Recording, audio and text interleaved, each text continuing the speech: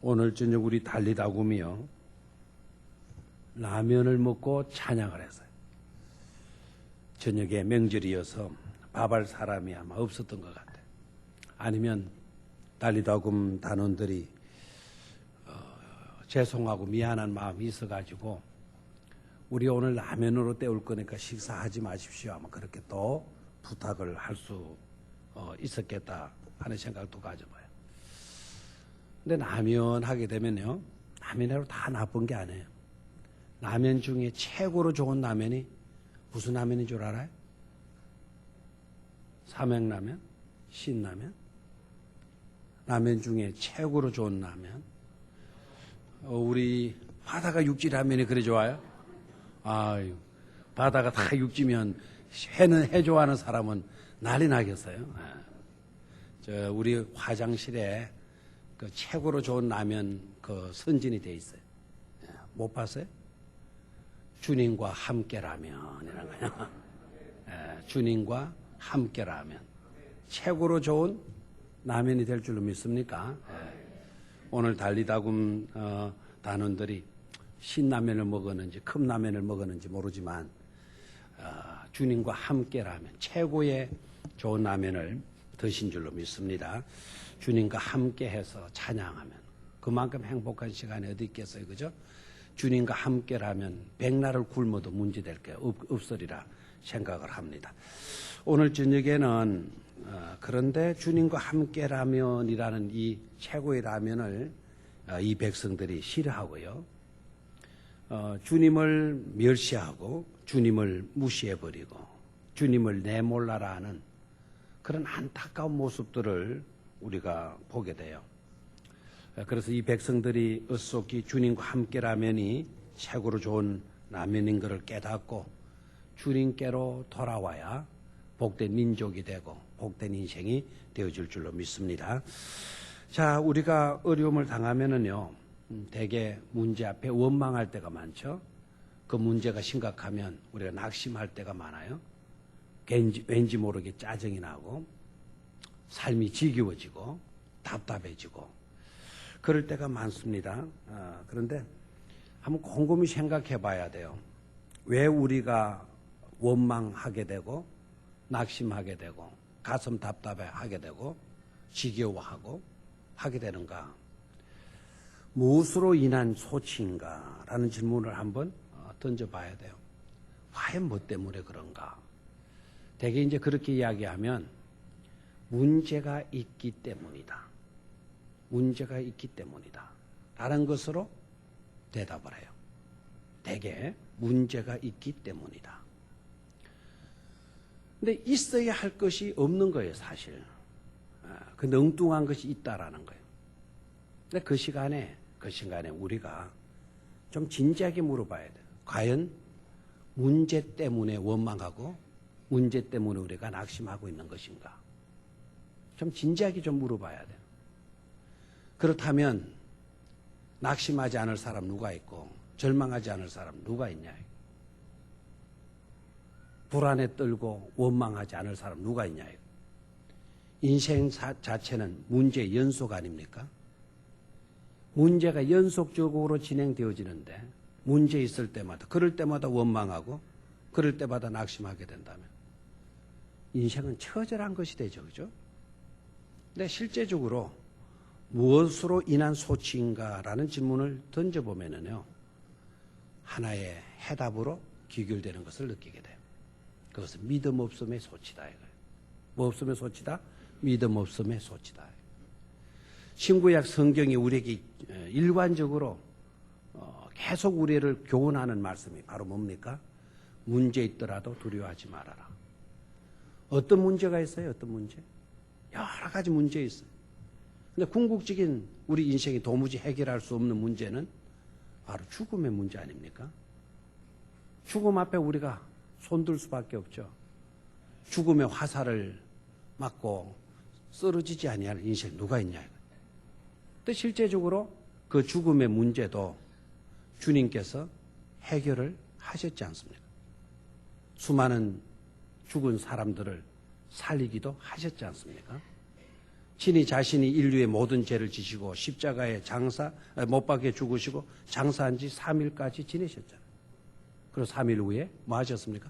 부활하셨어요. 죽음의 궁극적인 문제까지도 우리 하나님께서, 우리 주님께서 해결하셨단 말이에요. 근데 문제가 있기 때문에 우리는 절망한다.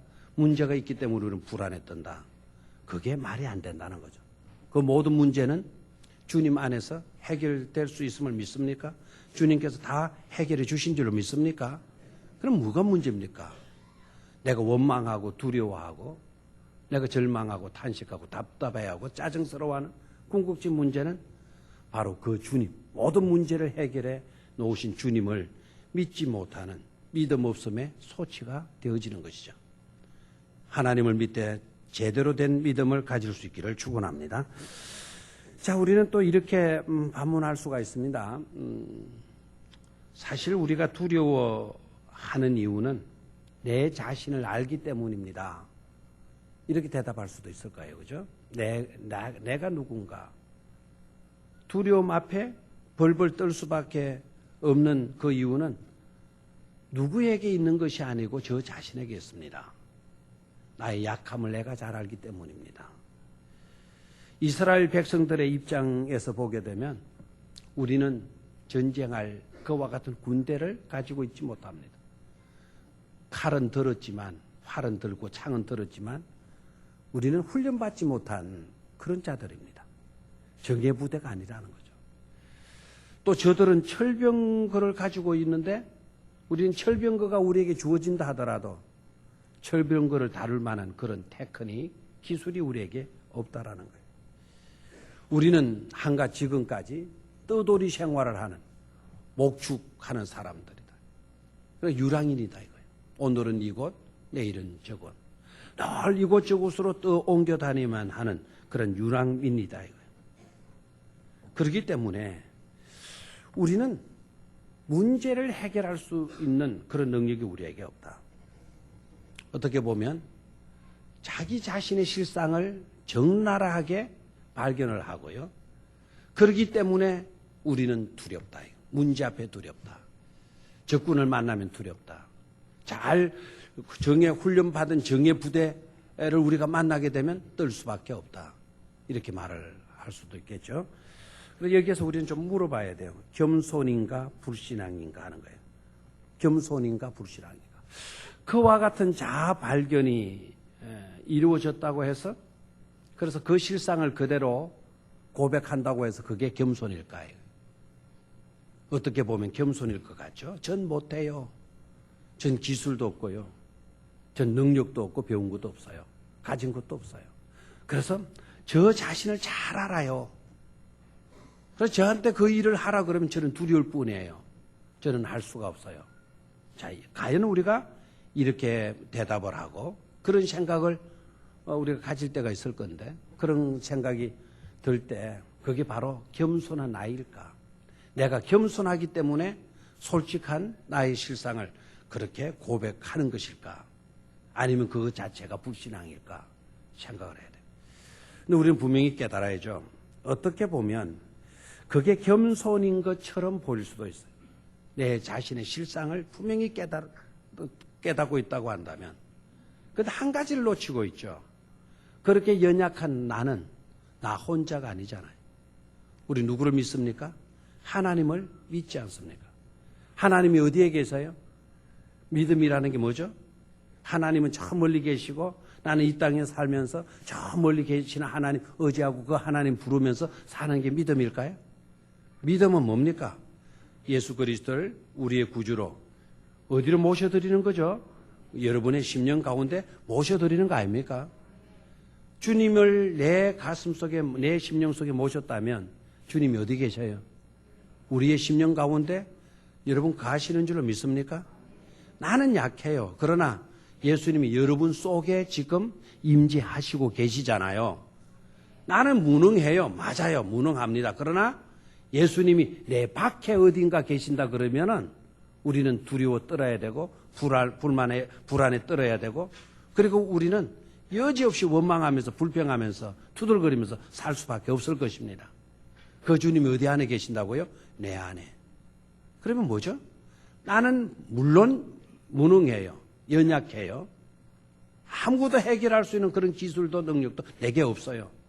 그러나 내 속에 계신 주님이 전능하신 하나님이시다고 한다면, 전능하신 하나님으로 여러분의 심령 가운데 믿음으로 영접하셨다고 한다면 문제 앞에 떨 이유는 하나도 없는 줄로 믿습니다. 문제 앞에 우리가 두려워 뜬다라고 하는 이것 자체는 겸손이 아니라 불신앙이다 하는 것이죠. 여러분, 믿는 자가 될 수 있게 되기를 축원합니다. 갈렙의 고백을 한번 볼까요? 갈렙의 똑같은 정황 속에 놓여 있음에도 불구하고 갈렙은 이렇게 믿어요. 내가 능력 없다. 우리가 중해 부대가 아니다. 우리는 훈련받지 못했다. 우리는 약하다. 우리에게는 무기는 없다. 그러니 우리는 절망이다. 이 일을 어떻게 하면 좋냐? 갈렙은 그렇게 말하잖아요. 오늘 읽었던 본문 말씀 그것을 올라가서 석절만 올라가 보도록 하겠어요. 8절로 올라가 봐요. 8절.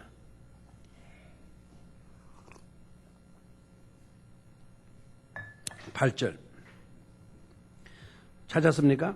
뭐라고 갈렙은 고백을 합니까? 시작. 여호와께서 우리를 기뻐하시면 우리를 그 땅으로 인도하여 들이시고 그 땅을 우리에게 주시리라. 이는 과연 젖과 꿀이 흐르는 땅이니라. 그랬어요. 대답이 좀 다르잖아요. 문제 앞에 직면해 있을 때 태도가 다르잖아요. 의식 자체가 달라요. 갈렙은 이렇게 이야기를 하죠. 여호와께서 우리를 마시면 기뻐하시면 우리를 그 땅으로 인도하여 들이시고 그 땅을 우리에게 말이라. 주시리라 이렇게 되어져 있죠. 아멘입니까? 주시리라, 주실 것이다. 주실 줄 믿는다라고 하는 그런 분명한 고백을 하고 있잖아요. 그런데 대다수 이스라엘 백성들은 뭐 하고 있습니까? 불안에 떨고 있단 말이에요. 남들은 다 떨고 있는데 갈렙은 어떻게 하고 있습니까? 하나님이 우리를 기뻐하시면 걱정할 거 없다. 우리를 누가 인도해 주신다? 하나님께 인도해 주시고 그 땅으로 우리를 마시고 들이시고 들어가게 하시고 그리고 뭐 하신다 그랬어요? 그 땅을 우리에게 마시리라. 주시리라 그랬어요. 주시리라. 그 땅을 우리에게 주시리라. 내가 능력이 있어서 그 땅을 취하는 것이 아니고 하나님이 주시기 때문에 하나님이 우리에게 주시기 때문에 우리는 받아들이면 된다라고 하는 믿음을 갖고 있지 않습니까? 이게 믿음인 줄로 믿습니다. 두려워 떠는 모습을 볼 수가 없죠. 그래서 분명한 믿음 위에 우리가 서 있게 되면 원망도 낙심도 모든 문제도 문제될 것이 없는 줄로 믿습니다.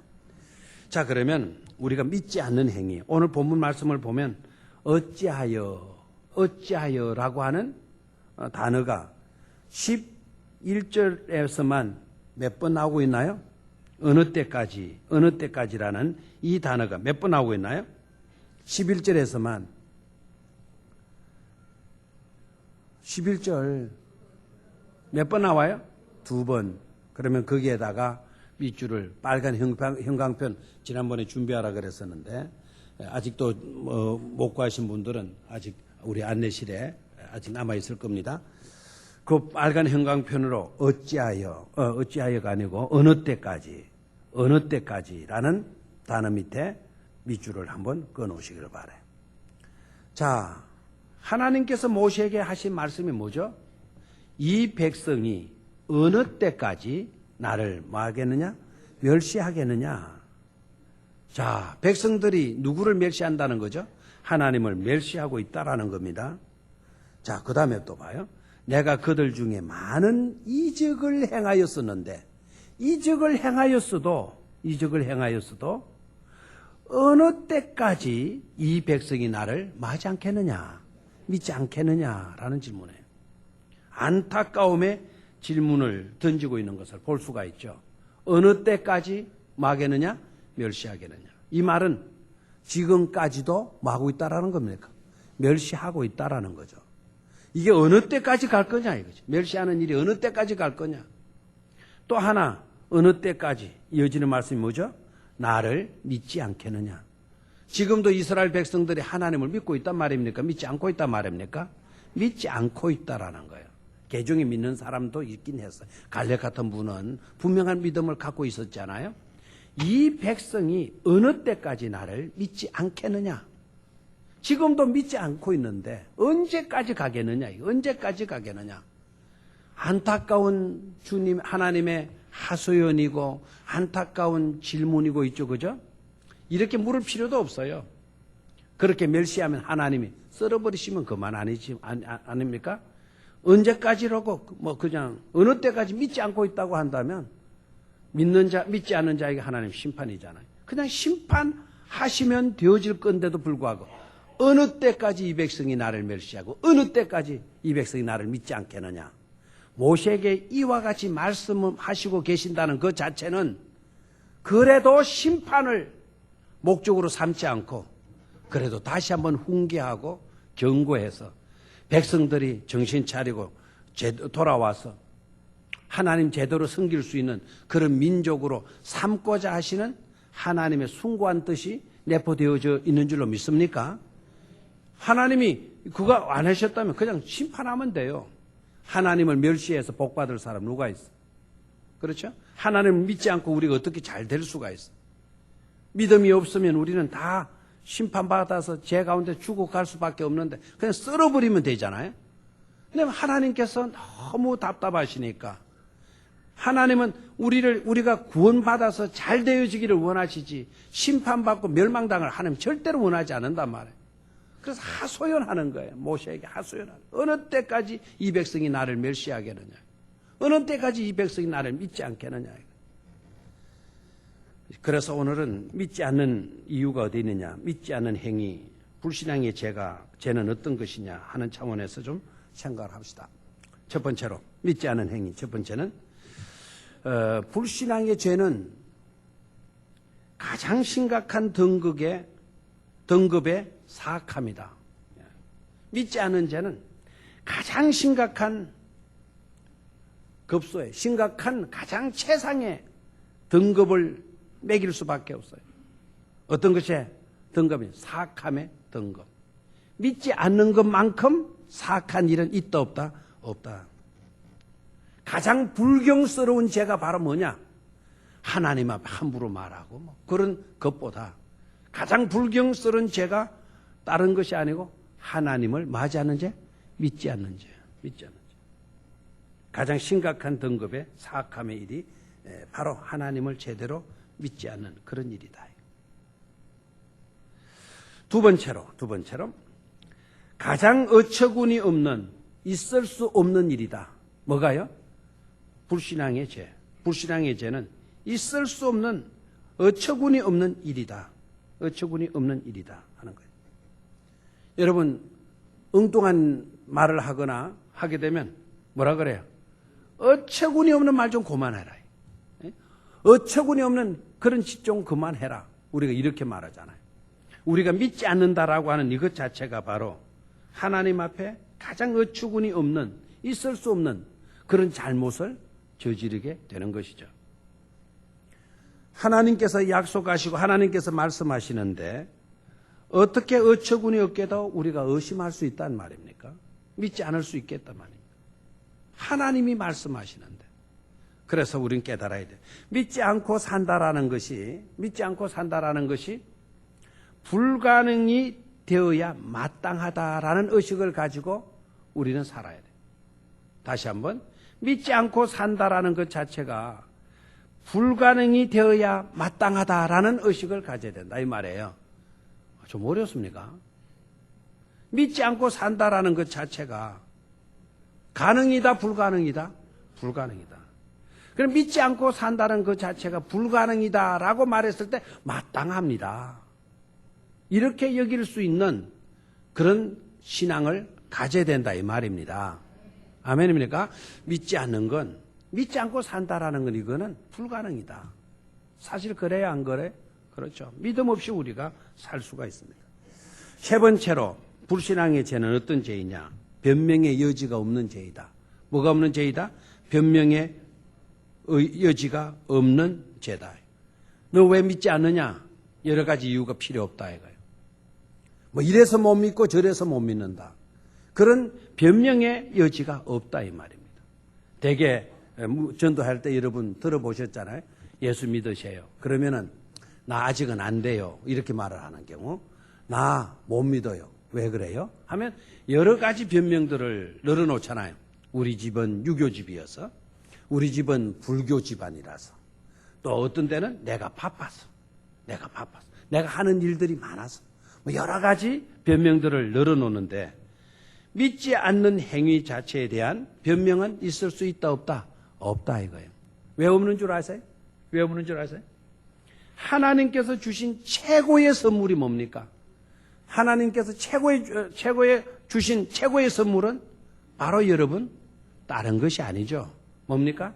믿음인 줄로 믿습니까? 믿음만큼 소중한 것이 어디 있겠어요?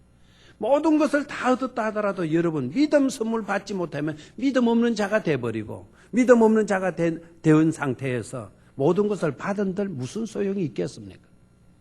사람이 온 천하를 얻고도 자기 생명을 잃어버리면 유익된 것이 있다 그래서 없다 그랬어요? 없죠. 그 생명은 뭐가 좌우합니까? 믿음이 좌우하지 않습니다. 믿음이 결정하는 거예요. 믿음이. 누구든지 나를 믿으면 죽어도 살겠고 생명을 뭐가 결정해요? 믿음이 결정해요. 살아서 나를 믿는 자는, 곧 믿는 자는 영원히 마지 아니하리라, 죽지 아니하리라 말씀하고 있잖아요. 생명은 뭐가 좌우합니까? 믿음이 결정짓는 겁니다. 그래 우리가 믿음 없이 산다라는 거, 뭐가 어쩌고 저쩌고 수없이 변명하지만 그 변명의 모든 근거들은 이유가 없다. 이유가 없다. 네 번째로 한 가지의 의심은 전부를 의심하게 만들기 때문에요. 불신앙의 죄가 무서운 거예요. 한번 따라해요. 한 가지 의심은 전부를 의심하게 만든다. 무슨 말이죠? 한 가지 의심, 주님이 말씀하신 일이나 주님께서 행하신 그 일들을 우리가 의심하게 되어지면 전부를 의심하게 만드는 거죠. 왜냐하면 하나님은 믿음의 공식으로 모든 것을 계획하셨고 그 믿음의 공식대로 하나님의 역사를 섭리하시고 주관해 가시기 때문에 그래요. 그럼 믿음을 우리가 부인하게 되고 의심하게 되어진다면 모든 것이 다 어그러질 수밖에 없는 것이죠. 의심이 일어나거들랑 우리는 이런 생각으로 좀 바꾸어 보십시오. 내 판단은 의심할 수 있어도 하나님의 약속은 의심하지 않겠다. 내 판단은 의심을 좀 해봐야 돼요. 내 생각은 의심할 수 있어도 하나님의 말씀은 우리가 의심해서 된다 안 된다? 안 된다. 하나님의 판단은 우리가 의심해서 된다 안 된다? 안 된다. 한번 따라해 주십시오. 내 판단은, 내 생각은 의심할 수 있어도 의심할지언정 하나님의 약속, 하나님의 말씀 의심해서 안 된다. 아멘? 의심이 일어나거들랑 의심하는 나를 의심하십시오. 의심하고 있는 나를 믿지 마십시오. 하나님을 의심한다라는 것, 하나님의 약속을 의심하는 것으로 발전되어지면 우리는 희망 없는 자가 되어지고 만다는 것을 깨달아야 돼요. 불신앙의 죄 4가지를 살펴봤어요. 첫 번째는 가장 불경스러운 죄가 된다. 가장 높은 차원의 등급을 때릴 수밖에 없는 것이 바로 불신앙의 죄다. 두 번째는 믿지 않고 산다라는 것 자체가 어처구니 없는, 있을 수 없는 일이다. 세 번째로 믿지 아니하는 어떤 핑계나 변명은 여지가 없다. 변명의 여지가 없다. 네 번째로 한 가지의 의심은 뭐를 의심하게 한다? 전부를 의심하게 한다. 하는 것을 분명히 깨달을 수 있게 되기를 축원합니다. 제가 자격이 없어서 믿음이 부족해서 이런 것도 핑계가 되어질 수 있지만 그렇다면 하나님의 약속을 우리는 또 저버리는 거죠. 하나님의 약속은 반드시 이루어질 줄로 믿습니까? 하나님의 약속은 어떻게 확실히 지켜지고 이루어지게 될 것을 믿습니까? 하나님이 누구신가를 여러분이 아시면 되죠. 하나님은 어떤 분이시죠? 신실하신 분 맞습니까? 신실하신 분이에요. 그렇기 때문에 하나님의 약속은 절대로 저버려질 수가 없는 겁니다. 그러니까 그 믿음을 우리가 돈독히 가지셔야 돼요. 시편 78편 19절의 말씀을 보면은요, 이렇게 나와요. 시편의 기자가 이런 고백을 하죠. 하나님이 광야에서 능히 식탁을 준비하시리라. 다시 한번. 하나님이 광야에서 능히 식탁을 준비하시리라. 한번 따라하시죠. 하나님이 광야에서 능히 식탁을 준비하시리라. 광야에서 식탁을 뭐 해주신다? 준비해 주신다. 조금 묵상해 봐요. 하나님이 어떤 분이신가요? 옥토에서 기름진 땅에서 식탁을 준비하시리라. 우리 이해되죠? 풍요로운 그런 들판에서 하나님이 식탁을 준비하시리라. 이해가 되죠? 근데 하나님이 식탁을 어디에서 준비하시리라? 광야에서 식탁을 준비하시리라. 이게 믿으십니까? 목사님 말도 안 되는 이야기가 가는데요. 어떻게 그곳에서 식탁을 준비해요? 그건 불가능하네요. 우리의 이성은 그렇게 판단이 되어지는 거예요. 그렇게 계산이 되는 거예요. 근데 여러분, 하나님은 광야에서도 식탁을 준비해 주시는 줄로 믿습니까? 몇 년 동안 그렇게 하셨죠? 40년 동안. 우리의 일생 전체. 하나님은 광야에서도 식탁을 준비해 주시지 않습니까? 그만큼 풍요로운 식탁은 없어요. 그만큼 풍요로운 식탁은. 한꺼번에 200만 명을 오번기 하나 없이 떡을 구워주시고, 오번기 국그릇 가마솥 하나 없이 하나님은 이스라엘 백성들의 이빨에 고기가 끼어가지고 후비지 않고서는 더 이상 먹을 수 없을 정도로 배불리 고기를 먹여주신 줄로 믿습니까? 누가 그렇게 식탁을 준비하셔요? 하나님께서 준비해 주셨기 때문에. 하나님의 능력은 무궁무진한 것 아닙니까? 내가 부족하고 내가 능력이 없고 내가 가진 것이 없다 하더라도 하나님은 택한 백성들, 하나님을 믿는 믿음의 사람들을 위하는 일이라면 광야에서도 풍요로운 식탁을 준비해 주시는 줄로 믿습니다. 그런 하나님을 내가 왜 믿지 말아야 하는 겁니까?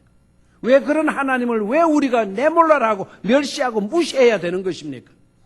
하나님이 답답하신 거예요. 이 백성이 어느 때까지 나를 멸시하겠느냐? 나를 왜 이렇게 우습게 보느냐 이거죠. 너네들에게 수많은 이적을 베풀어 주었지 않았느냐. 홍해를 건넜고 광야에서도 메마른 땅에서도 너네들이 생수 마음대로 마셨고, 그리고 풍요로운 식탁을 너네들이 먹지 않았느냐는 거예요. 그렇게 기적을 행하였건만 오늘날 너네들의 모습이 이 모양이냐? 언제까지 나를 그렇게 무시하겠느냐? 내 능력을 무시하고 내 은혜를 무시하고 내 복을 무시하고 내 사랑을 너네들이 이렇게 무시할 수가 있느냐? 어느 때까지 나를 믿지 못하고 그렇게 불만하고 원망하면서 살아가겠느냐? 하나님 답답하게 지적하시고 계시는 거죠. 그렇다면 우리가 응답하는 차원에서 불신앙의 문제를 우리가 정오해야 될 이유를 한번 생각해 보죠. 불신앙의 문제를 우리는 뭐 해야 돼요? 정오해야 돼요.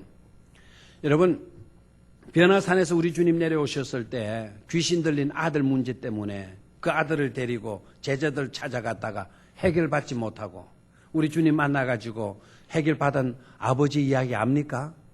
아버지 이야기는 알아요? 그 아버지가 예수님 찾아가서 뭐라 그랬나요? 주여, 할 수만 있거들랑 내 아들을 불쌍히 여겨 주십시오. 내 아들을 고쳐주시고 살려주십시오. 라고 이야기를 했죠. 겸손한 질문, 불신앙의 질문. 아주 겸손한 에티켓을 갖춘 교양 있는 질문 같지 않습니까? 여러분, 믿음에는 교양도 에티켓도 실제적으로 소용이 없습니다. 내 에티켓 교양 내세워가지고 할 수만 있거들랑 고칠 수 있으시면 고쳐주시고 고쳐주시지 못하는 고쳐주실 수 있는 능력이 없으시다면 안 고쳐줘도 괜찮겠습니다. 얼마나 교양 있고 겸손한 그와 같은 요구입니까? 우리 주님은 그런 말을 기뻐하신다? 우리 주님 뭐라 그랬어? 야, 너 진짜 오랜만에 제대로 교양 갖추었구나. 내가 오랜만에 애이 있고 교양 갖춘 너를 오랜만에 만나는구나. 이렇게 칭찬하셨나요? 아니죠. 우리 주님의 눈알이 불빛이 튀어나왔을 것 같아요. 얼굴이 막 시뻘겋게 달아오서. 너 방금 뭐라 그랬느냐? 할 수 있거든 그랬지. 할 수 있거든이 무슨 말이냐? 믿는 자에게는 능치 못할 일이 없느니라 말씀하셨잖아요. 그러니까 이 아버지 다 지혜로워요. 그러니까 아이 죄송하구만요. 이런 거를 안 하고 뭐 내가 뭐 못할 만 했습니까? 교양 갖추어서 한 말인데요. 이러지 않고 그 순간에 무릎을 탁 꿇고 주여 내가 믿나이다. 나의 믿음 없음을 용서하여 주시옵소서라고 이야기했죠. 그 순간에 뭐했나이다? 믿나이다. 그래서 여러분 우리가 하나님께로부터 지적을 받았다면 어느 때까지 나를 멸시하겠느냐? 어느 때까지 나를 믿지 않겠느냐라는 책망의 말씀을 우리가 들었다면 우리가 어떻게 해야 돼요? 그 아버지처럼 주여 내가 이 시간부터 믿겠나이다. 나의 그간의 믿음 없었음을 마하여 주십시오. 용서하여 주십시오. 기도하는 자가 되어야 할 줄로 믿습니다. 우리는 왜 불신앙의 요소들을 미워해야 할까요? 첫 번째 불신앙의 이유, 불신앙의 문제를 미워해야 될 이유 첫 번째는요. 불신앙이 하나님을 하는 일이기 때문이다. 모욕하는 죄이기 때문이다. 하나님을 욕보이는 거예요. 하나님을 무시하고 하나님을 멸시하는 일이 되어지기 때문에 우리는 불신앙의 요소를 뭐 해야 한다? 정오해야 될 줄로 믿습니다. 두 번째로 우리는 왜 불신앙의 문제를 미워해야 할까요? 불신앙은 전 인류를 어디로 몰고 갑니까?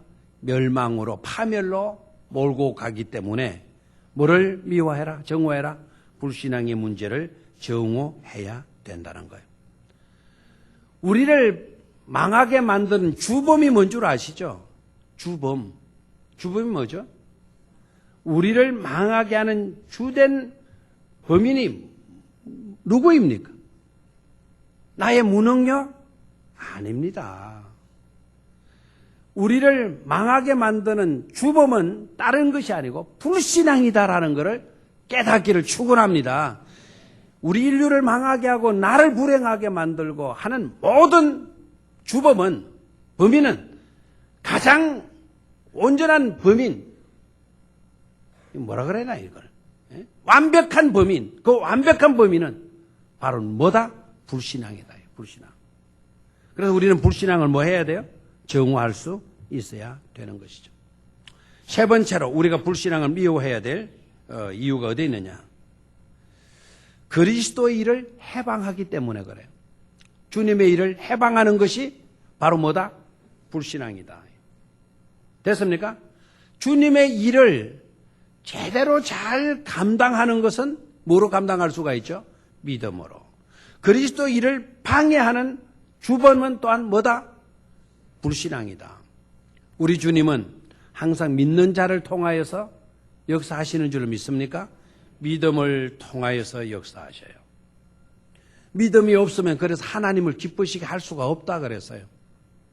믿음이 없이는 절대로 세상을 이길 수가 없다 그랬어요. 세상을 정복할 수가 없다 그랬어요. 그러니까 하나님의 일을 그리스도의 일을 믿음 있어야 우리는 감당할 수가 있는데 믿음 없으면 그리스도를 감당할 수가 없어요. 그래서 하나님의 일을 가장 방해하는 요소가 바로 뭐냐? 믿음 없는 거예요. 불신앙의 문제라는 거예요. 그래서 믿지 않는다라는 것은 여러분 절대로 용납해서는 안 되는 것입니다. 적당하게 믿고 용납해서는 안 돼. 다른 것은 다 용납을 준다 하더라도 뭐만큼은 용납하지 말아라. 이 불신앙의 문제는 뭐 하지 말아라? 용납하지 말아라. 우리 아이들이 학교에 가서 성적은 조금 못 받아와도 돼요. 성적은 좀 못 받아와도 돼요. 그러나 신앙생활 제대로 하는 이것은 절대로 말지 말아라. 용납하지 말아라. 어떤 사람이 이렇게 이야기를 하죠. 나중에 되면 안 믿겠어요? 때가 되면 믿겠죠. 여러분 그렇게 여유가 있습니까? 여러분 그렇게 여유 있습니까? 시험은 한 번만 잘못 쳐도 그냥 난리통을 하는데 앞으로 공부 잘하겠죠. 뭐 텔레비전 볼라만 보고 앞으로 뭐 잘하겠지. 뭐 얼마든지 네가 뭐 잘대로 그 성적도 잘 나올 할 거니까 앞으로 잘하겠지. 뭐 놀고 싶으면 놀고 네 멋대로 해라. 이렇게 하는 부모가 있어요? 없잖아요. 앞으로 잘하겠지. 앞으로 잘 믿겠지. 그러면서 여러분 그 템포를 늦춰줘요? 그렇지 않아요. 얼마 전에 교육학 교수가 아주 유명한 세계적으로 권위도 있고 하는 그분이 책을 썼다고 책을 사례를 써가지고 사례 자기가 만난 수많은 학생들 내노란 학생들 다 많은 사례집을 발견했는데 정말 놀라운 거는요. 대학교 들어와가지고 제대로 실력을 발휘하고 제대로 대학 생활을 멋지게 잘하는 아이하고 고등학교 때는 그렇게 뛰어난 아이가 대학교 돌아와서 갈팡질팡하고 늘 전화해가지고 나 과 바꿀래, 나 휴학할래, 나 학교 그만 다닐래. 그렇게 공부 잘했던 아이가 대학 돌아와서 그렇게 방황하고 갈등하는 원인들을 다 주죠. 고등학교 다닐 때 고3 아이가 학교를 그만두고 그리고 막 방황을 시작하고 그 아이가 바깥에 나가서 살아보려고 신문팔이도 하고 노가다 나가서 일도 하고 막 산전수전 다 겪은 거예요. 그리고 가서 깨달았어. 이렇게 사는 게 이게 정말 힘드는구나. 정말 공부해야 되겠구나. 그래서 열심히 공부했어요. 그래서 금종고시 해가지고 대학에 들어왔어요. 그런데 부모의 지도를 받고 오로지 부모의 지도를 받고 오로지 공부에만 매달려가지고 부모 하라는 대로 부모의 그 프로그램대로 막 해가지고 성적 좋게 얻어가지고 대학 들어왔어요. 대학에 들어오니까 세상 길은 많이 너무 넓은 거예요. 학문의 세계가 너무 막 방대하니까 이 아이가 뭘 선택해야 되는지 몰라요. 한 아이는 방황 속에서 살 길은 내가 선택해야 될 건 네 길이다 라는 것을 깨달았고요. 반대로 실력 있고 고등학교 때는 그렇게 실력 있던 아이가 부모의 모든 지시대로 프로그램대로 따라주다가 대학 때는 길이 너무 많아. 뭘 하나 선택을 할 수가 없어. 선택을 해도 누구에게 물어야 돼? 엄마 나 어떻게 해야 돼? 묻고 있는 거예요. 그럼 엄마가 지시하는 대로 이렇게 나가는 거예요. 엄마가 지시한 내용이 뭘까요? 죽으나 사나 뭐 해라. 좋은 대학 들어가야 돼. 죽으나 사나 너 대학 들어가서 인류대학에 들어가야 네 길이 열린다라고 하는 그것만 가르쳐 주었어. 그래서 대학 돌아왔어. 그 다음에 선택할 능력이 없는 거예요. 길을 찾을 능력이 없는 거예요. 반면에 노가다 해가면서 막 그렇게 산전구정하면서 막 그렇게 갈등하고 금종고시자가 돌아오는 그 아이는 수없이 울었고요. 서울역에서 뭐라 그러나 집 나온 사람들, 홈리스 이런 사람들, 나온 사람, 노숙자 그런 사람들 사이에 끼면서 자기는 기도했다는 거예요. 자기가 부를 수 있는 이름 딱 한 이름밖에 없대요. 하나님밖에 없대요. 하나님. 예? 하나님. 그래 너무너무 또 추워가지고 어디 문 열리는 데가 없나 보니까 교회당의 문이 열리는 교회당 새벽에. 그럼 겨울인데 큰 엄동설 안에 막 교회 안에 난로를 히터를 피워가지고 교회 안에 따뜻하더라고. 막 너무 춥고 못 먹고 고생하고 하루 피곤해 쌓인 데다가 교회 안에 들어가서 뒷좌석에 앉아는 히터가 딱 들어오니까 그러면 거기서 잠이 들어. 한참 언제 뭐 정신을 자는데 누군가 와서 어깨를 치는데 그 교회 장로님이 어깨를 치면서 너 배고프지? 집은 어디냐? 식사는 제대로 했어? 한마디도 묻는데 대답을 못 했다. 그 장로님이 나하고 가자. 손을 딱 잡고 돼지국밥집으로 24시 하는 돼지국밥집으로 이 아이를 데려와서 국밥 사주고 네가 이렇게 홀로 지내도 하나님은 너와 함께 계셔. 너 오늘 교회당 언제 돌아왔는지 모르지만 너 교회당 돌아와서 너 푹 잤지? 그 불편한 곳에서 네 푹 잠잘 수 있었지? 여러 가지 이유가 있어. 네가 피곤했기 때문에 그럴 수도 있고, 네가 하나님 품 안에 안겼기 때문에 깊은 잠을 잘 수 있었던 거야. 하나님은 너를 지켜주시는 거야. 그 장로님의 그 한마디가 누구 음성같이 들렸어요? 하나님 음성같이 들리는 거예요. 너 내일도 잘 데 없다면 네 교회당에 오너라. 새벽이면 나를 만날 수가 있단다. 네가 무슨 일을 하고 난 뒤에 꼭 그 하거들랑 이 교회로 오너라. 내 새벽 제대는 너를 만날 수 있단다. 꼭 오너라. 부담 갖지 말고 오너라. 그러면서 챙겨준 거예요. 이 아이가 필요 없어요. 나는 애들 한번 살아보겠어요. 이렇게 몸부림치다가 자기 힘이 딸리잖아요. 다시 자기 발걸음이 교회당으로 옮겨지게 되는 거예요. 장로님이 다기를 맞아주고요. 공부를 시킬 수 있도록 길을 열어준 거예요. 그리고 금종고시를 치고 합격해서 대학 들어온 거예요. 방황이라는 게 없어요, 이 아이에게는. 오직 내가 갈 길은 하나님 잘 믿고 하나님의 사랑, 하나님의 은혜에 빚진 자가 되어서 나는 하나님을 위해 살리라라고 하는 목표 설정이 분명히 되어진 것이죠.